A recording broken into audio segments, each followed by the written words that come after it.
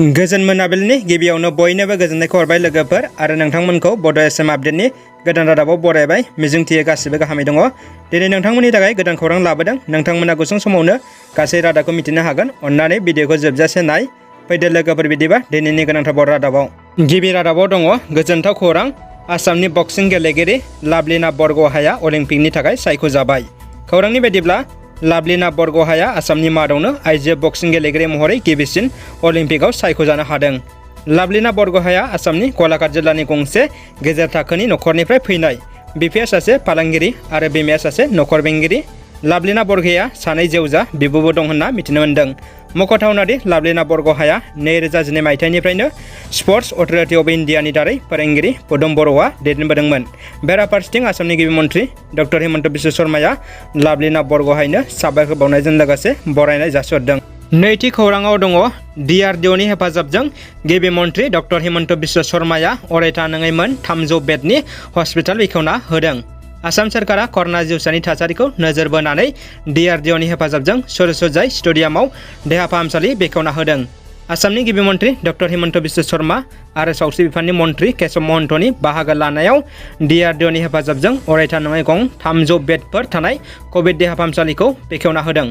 अरायथा नङै गं 300 बेडनि देहा फाहामसालिनि गेजेराव मोन 88 ICU बेड आरो गं 220 अक्सिजेन गोनां बेडफोरखौ दिनै गिबि मन्थ्रिया बेखेवना होदों। मख'थावनादि सरुसजाय स्टेडियामाव कभिड-19नि गोदानै बेखेवजानाय अरायथा नङै गं 300 बेडनि देहा फाहामसालिया गुवाहाटी मेडिकेल कलेज हस्पिटालजों सोमोन्दो थागोन होननानै गिबि मन्थ्रिया फोरमायदों। बेवहाय फाहामथायनि थाखाय सा 218 स्पेसियेल डाक्टार थागोन आरो सा 120 नार्स थागोन। लोगोसे सरासनस्रायै सा 30 डाक्टारफ्रा थाबाय थागोन होनना फोरमायदों। बेराफारसेथिं गिबि मन्थ्रि डक्टर हिमन्त बिश्व शर्माया बे हाबाफारिनि गेजेरजों बिबुंथि होनाय बायदिब्ला आसामाव गोदानै फोसावजानाय लकडाउनआ फैगौ 15 जुननिफ्राय जोबनानै थांगोन।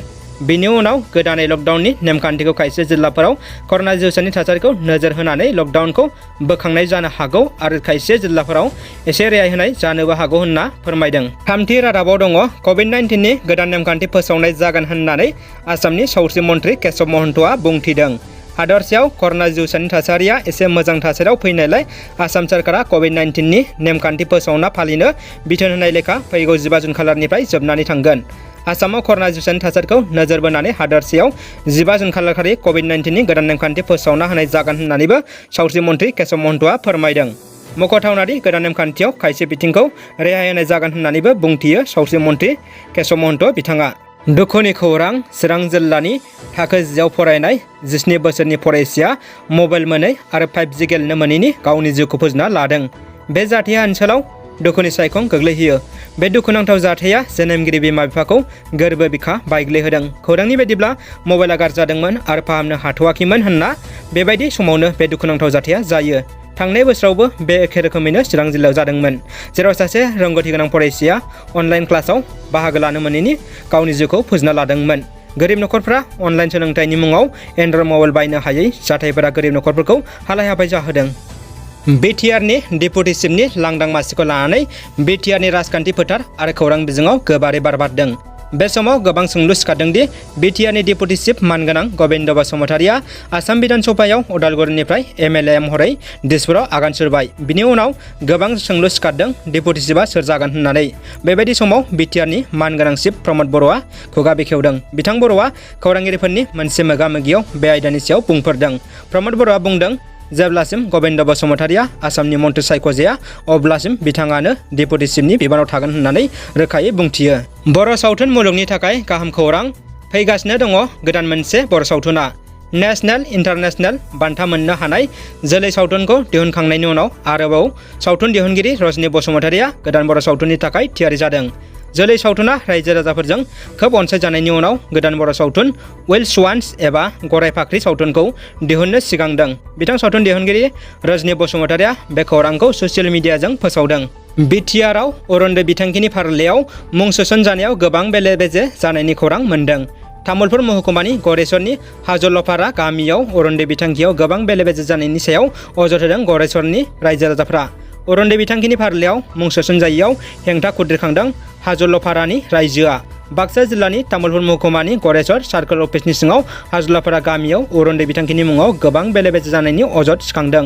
गुबै मोननो गोनां सुबुंफ्रा मुं अरुन्दै बिथांखियाव सोसनजायैयाव गोख्रों जादों हाजोलाफोरानि रायजोआ।